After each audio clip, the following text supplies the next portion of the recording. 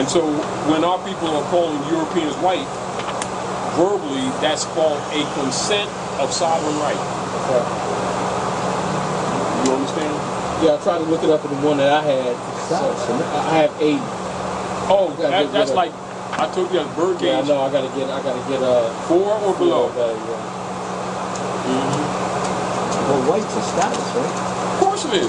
But our people think it's an identity.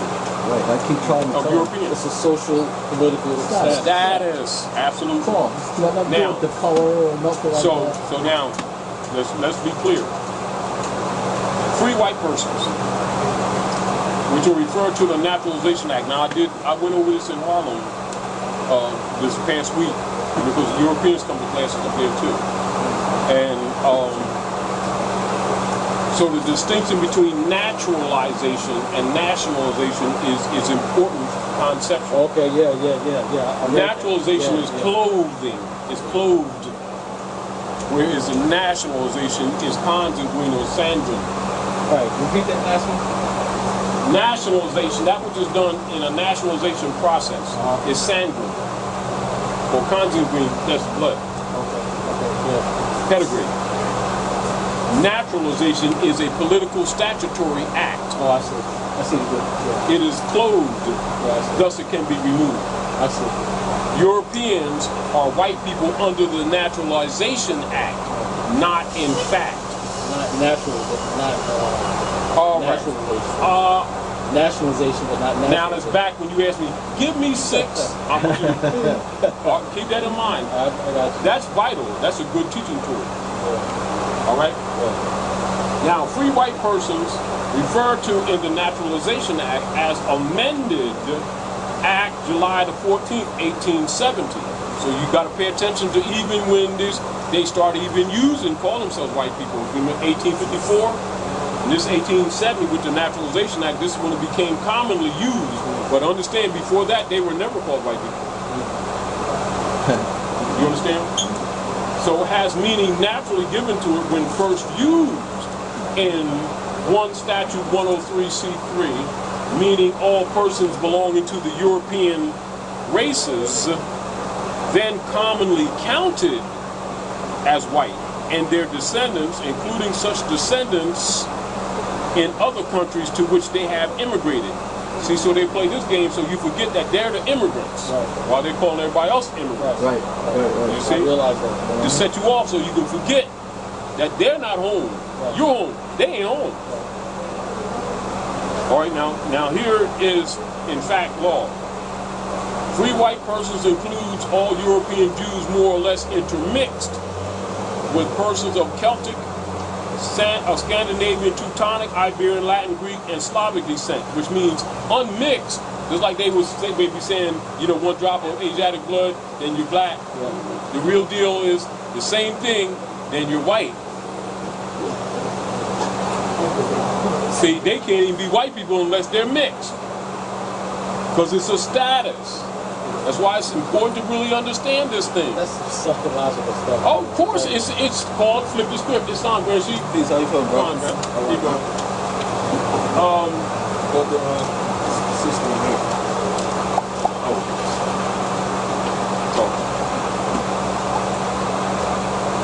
It includes European Jews more or less intermixed with people of Celtic, Scandinavian, Teutonic, Iberian, Latin, Greek, and Slavic descent. It includes Magyars, Latvians, and Basques, and Albanians. It includes the mixed Latin, Celtic, Iberian, and Moorish inhabitants of Spain, and Portugal, and the mixed Greek, Latin, Phoenicians, and North African inhabitants of Sicily, etc. Right? And the mixed Slav and Tartar inhabitants of South Russia. It does not mean Caucasian race. It does not mean Aryan race. It does not mean Indo-European races, nor the mixed Indo-European, Dravidian, Semitic, or Mongolian peoples who inhabit Persia. A Syrian of Asiatic birth and descent will not be entitled to become a naturalized citizen of the United States as being a free white person. Then it gives you law case. As you can see, it's absolutely a status. But what occurs if they can get our people keep calling them white people? You just gave up your sovereign right. Absolutely. And then you call yourself black and you Moorish.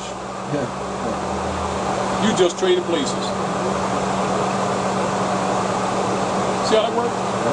And then you got black leader guys who fall in love because they've written books and made people think that's Afrocentricity and stuff like that, and they actually classified their people as Christian property.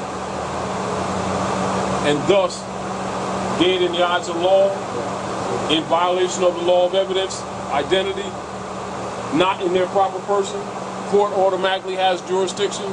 See how simple that is? Yeah, it's not complex, is it? You're talking about how Dred Scott. Now you understand. If you pay attention to the Dred Scott case, look at the details, look it up again. You'll look at a lot of Asiatic scholars always arguing, hey, racism, black man, nothing, and all that kind of stuff. And when you look at the case, it's really all built on status. The whole case is on status. Well, see, the kids took the black man took him to Missouri, and there's no slavery in Missouri. Remember, states are corporate guilds created on paper, not the land. They're European. They were only sanctioned here by the Sultan to do operations here on the Treaty of Peace and Friendship. Not to be confused with the organic land. Thus, you are part and parcel of this government. Then you got the Great Seal, and then you got the corporate states that are sanctioned.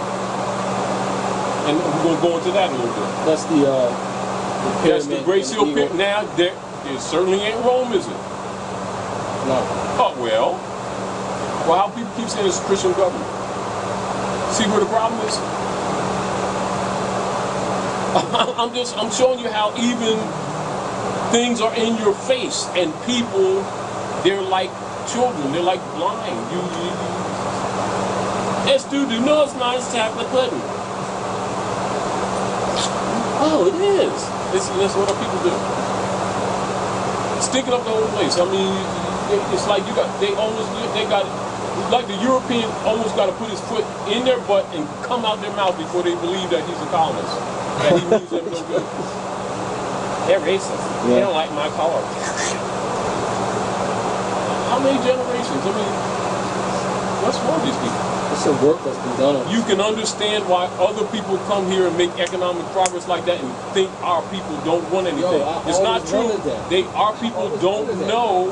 Our people don't know themselves. But they don't know themselves. That's what makes it worse. And then if you give them information, they start telling you what their beliefs are and challenging yours. They don't even know geography. They think America's a country. America's 2 continents, an isthmus, and a multiplicity of islands.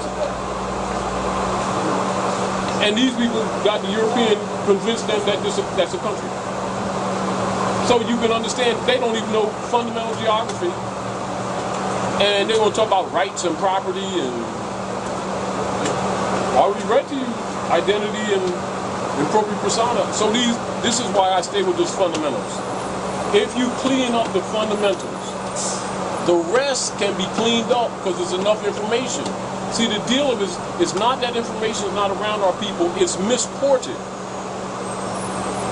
It's misdirected, and thus it's no different than you take a good computer and you cross the wires and turn it on, and it crashes on you, and technically the components are there, but it's miswired. It's the same like somebody being insane. You understand? And so this is why people think there's something wrong with black people. Of course, we're sensitive. We take it all personal because it affects us personally. But the real deal, our wires are crossed. You understand what I'm saying?